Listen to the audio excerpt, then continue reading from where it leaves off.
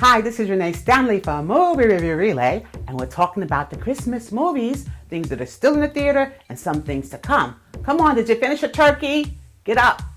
I know it's hard because I love turkey too. It's so good. All right, so get up. Let's talk about some movies. Here we go. Hi, this is Renee Stanley from Movie Review Relay, and we're talking about Empire. Yes, it's over, but I reviewed the last couple of episodes, right? But yeah, we're not going to see it again until next year. But to start off with the episode 7, and then we'll go to 8, and I think we're doing, okay. So we're going to start off with the last couple of episodes that led up to the finale so you can catch up. All right, so here we go. In episode 7, or in episode 8, remember that's right, I got a problem with that. All right, so Angelo and Cookie take it to the next level. Yeah, they're kissing and making love all the time now. Okay, so they're officially a couple. We got that. But Jamal is getting so bold and mean. Yeah, he got Lucius together at a business meeting. And Jamal used to be a little meek one at the very beginning of the series. Everybody remembers at the beginning. He was all meek and quiet. He was very timid, you know, just a sweet little guy. But now, yeah, he's getting you straight. He'll get you straight. You better leave him alone. He's out there, right? Jamal charms his mother with a song that's dedicated to her father, and her family. Cookie starts to cry. She's very touched by it. Cookie's father died before the Grands were born because Cookie was only a teenager when her father died and she hadn't had children yet. But it's very obvious that she feels guilt. Cookie feels some level of guilt because she feels like her father didn't want her to be with Lucius, and he defied her and was with Lucius anyway. The father even throwing her out the house and everything, you know, with the bags and stuff, get out. Because I have these other girls I have to think about, and you bringing gangsters to the house. See, I can't take it. So, yeah, there was always a rift there, and Cookie has always felt some level of guilt because of that. Felicia Rashad, the Cosby mother, yeah. Debbie Allen's sister, yeah, that's right. Okay. So she makes an appearance as Angelo's mother, and she's playing it up. She's being not just stuffy, not just bourgeois. She's just being mean and rude at some level, not just shady, just mean. I don't know. All right, so she doesn't approve of Cookie. Doesn't want Cookie to show at the fundraiser. She thinks that Cookie might hurt her son's chances of being this big, famous politician. All right. Jamal goes to Aunt Candace and Carol, and they explain to her the whole situation about why Cookie is so upset whenever her father's brought up and that kind of thing. And it's the old story where like these young girls, you're like gangsters and bad boys. The more that your parents tell you to stay away from them, here you go, you know, running to get some. Okay. Cookie decides to have the potential mother-in-law, which would be Felicia Rashad, Angelo's mother, over for dinner. She invites her family. Jamal is the first one to show up, and when he shows up, he's high as a kite. Great first impression, right, for the old lady. Then Hakeem comes with the baby because he was supposed to babysit, and he's having trouble doing that, so he comes with the baby. And then, believe it or not, Lucius has the nerve to show up with Anika. And Lucius intentionally starts spilling all the family dirt. He starts spilling this dirt. He starts filling everybody in, well, everybody meaning Felicia Rashad's character, which is Angelo's mother. All right, so he fills her in on the dirt that maybe you and I would rather keep under the rug. Leave it under the rug. Don't pull it out. Leave it right there. But of course, that's what Lucius does. You know, he's being you know what, because he doesn't have to do that. But he's still got a thing for Cookie. We all know that. They always will have a thing. And so even though he's messed around with Anika, he still does want Cookie to have who she wants to have, right? And that she's gonna be this big politician's wife. He just can't take it. She could do so great without him, right? Okay. Everybody shows up except for Andre. Andre is over with Nessa at the street party with Shine and all that crew over there. Over at the mansion, Lucius is taking a second look at Anita. At one point, he didn't want to be bothered with Anita. He just wanted her to stay there and take care of the baby. But now Anita is a gorgeous thing, and then she has on this fancy lingerie, very well done. Great placement for whomever made the lingerie. It's wonderful. Yes, great. We got to get that right. Okay. So anyway, she She shows the lingerie and she leaves the door open so Lucius can get an eyeful. So of course, like any man, any red-blooded American man or a man in general, he's looking at her like he wants her. And one thing leads to another, and we find it in the next few episodes. Yeah, they do get together. Grandma Lucius tries to interrupt. She'll come in there with the vacuum cleaner. She's something else. Yeah, I don't know. Next episode opens up with Tiana. Fabulous performance. She always looks beautiful. And it's played by, and we see Felicia Rashad's character, which is Angelo's mother, come in. Oh, this looks nice, whatever it is, you know. And the character that's new is the Gina Gershwin character. She's a veteran actress, very pretty. She's been in a lot of movies too. Some people that know movies, especially independent movies, know her very well. Okay, she's there. And she has a little daughter with her, beautiful daughter with a lot of beautiful hair. And she makes remarks because now she's the advisor. She's supposed to help them with this whole fundraiser thing. She's like, well, Tiana, yes, good, but tell Tiana to straighten her hair. And in so many words, you know. She tells her, straighten your hair, don't do that kinky hair. It'd be better if it was straight. Yeah. So, of course, this is taken as a cultural insult in many ways. We also see Andre. He's still having hallucinations about his wife, Rhonda. You know, he's still going kind of cuckoo, all right? So Nessa catches him when he's going through one of his crazy fits, right, with the hallucinations. She confronts him about it. He says, oh, it was nothing. Yeah, it wasn't anything. Okay, but everybody knows it really is something because we all have seen how crazy he can be.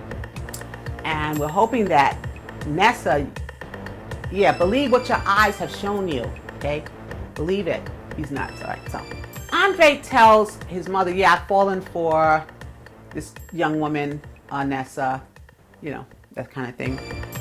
And by the way, for whatever reason, Hakeem seems to be enamored with Nessa, even though he's had so many girls, and I don't know why he wants this particular. She's very beautiful, Nessa, don't get me wrong. I've said this before in the last episode, but yeah, for whatever reason, he's after her. Okay, the two brothers have a rivalry.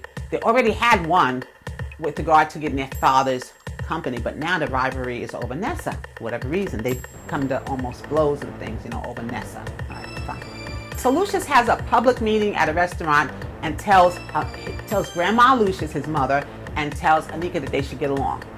And of course, the FBI has the table bugged and everything. And then we find out later that that was supposed to be that way because then Grandma Lucius goes to the ladies' room and the FBI guy, which is Tariq, you know, Lucius's half-brother, is there. And she's feeding him all this information about what's going on. See, Grandma Lucius is being a double agent.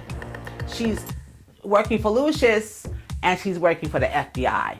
Yes, she's telling each side what they want to hear. And people say, oh no, she's really for Lucius because he's, you know, buttering her bread or whatever it is. But this old lady might be for herself. Well, I'll go with whoever gives me the better deal. Yeah, she might be doing that. So we don't know, but I'm just saying she's a double agent. So she talks to the FBI guy in the bathroom. Then when she gets home, she tells Lucius, yeah, he was in the bathroom and I told him X, Y, and Z. Just like you told me to. So it's going to be interesting, right?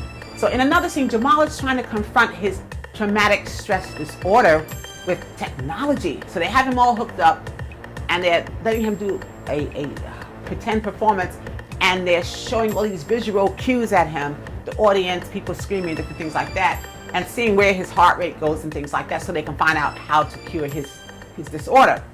His heart beats the fastest when Lucius walks into their room and interrupts the whole thing. So they say his father is the trigger. Is anybody surprised? Lucius is everybody's trigger.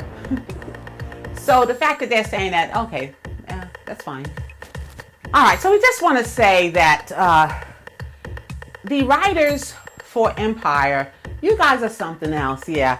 We were watching this scene that is very much, it's a hilarious scene, but it's reminiscent of The Godfather, in which Andre goes to visit the Gina Gershwin character, Helene. And she's with her daughter, the same daughter we saw earlier with the beautiful hair and everything like that. She's got her daughter's hair, brushing it down. And Andre confronts Helene about the straightening of the hair, saying, you know, why don't you use Nessa? Nessa is my choice for this performance. And therefore, Nessa has curly hair. This is the way it's going to be. That's culturally the way it should be, right? And Helene is not having it. She's like, no, I need the hair straightened. Go back to Tiana. I need the hair straightened, whatever it is. All right. So as Andre leaves, not having had persuaded Helene to leave the hair kinky, he says to Helene, glancing at the daughter, she sure has beautiful hair. You know, gives this beautiful compliment. And then he walks out the door. And you think that's the end of that until the next scene, which shows the daughter in bed, in her home bed. She's waking up, and they pan from the bed first down to the bed. You see pieces of hair all over the bed.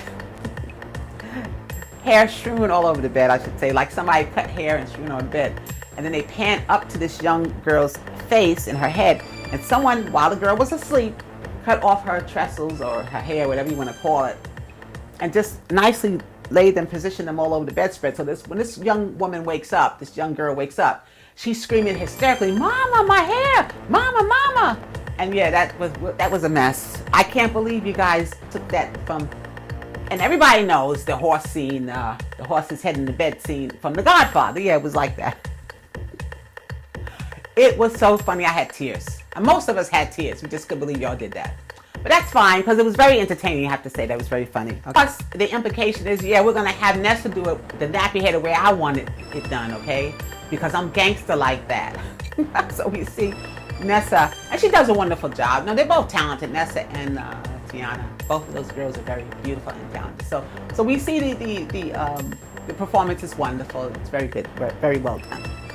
Helene warns Phylicia Rashad's character, which is Angelo's mother, who's having to fundraise and benefit, and she says, you know, you gotta watch out for those Lyons. They're gangster, and she's talking about you too, Andre. You're all a bunch of gangsters. That's what she's saying. And so Phylicia Rashad, she kind of knows that, because she's letting you know she's a little gangster too. I'm older, but I was a gangster. I can still be gangster if you want me to. I'll do what Lucius kind of thing. That's the way she's taking it. She's not afraid. In other words, she's not scared. She's not afraid of Lucius. She's not scared, okay? So, but she's been warned, okay? Everybody knows that Lucius and his mother have like a Norman Bates type relationship. It's kind of a scary thing.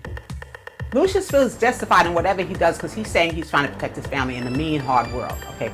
Some people can agree with that.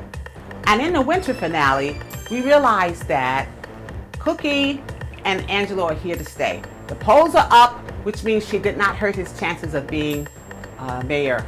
Was it mayor? Or whatever he was supposed to be running for. Cookie gives Jamal pills to kind of ease his withdrawals, and it goes haywire. But at least he's able to perform. That was the whole purpose of that. Then after his performance, they all do an intervention. The whole family and everybody tells you, yeah, now that you performed, you did good, wonderful. Now go on in rehab. Out you go. Here we go. Okay. So he's sent out to rehab. All right. Shine wants to work with Lucius now. I guess he said you can't beat him, join him. And then, and she tells Lucius, you know, I wanted you to break them up, but now that the polls are up, no, don't break them up. And as far as me doing a favor for you, I'll have to do it some other time, because things are working out the way I want them to. I don't really need you right this minute. So Lucius, of course, feels used, and in that respect, he's upset with Diana, which is the Phylicia Rashad character. Okay, so the last scene just shows Andre off and about, and he's at the beach or wherever he's at, and he sees his wife again, the dead wife again. He's still hallucinating. And this time, she's telling him, you got to get revenge on that bitch, meaning Anita, who killed me and killed the baby, blah, blah, blah. And from that, his troubled mind tells him, all right, now I got to kill my father. I got to kill Lucius. And that's where we ended up. So, I don't know if you guys considered that a cliffhanger, then that's fine. But that was Empire. We'll see you on the other side. Remember what I said, have a safe and wonderful New Year's. All right, 2007 is going to bring us great things. Empire comes in again March 17th, 2017. All right, so until we meet again, God bless.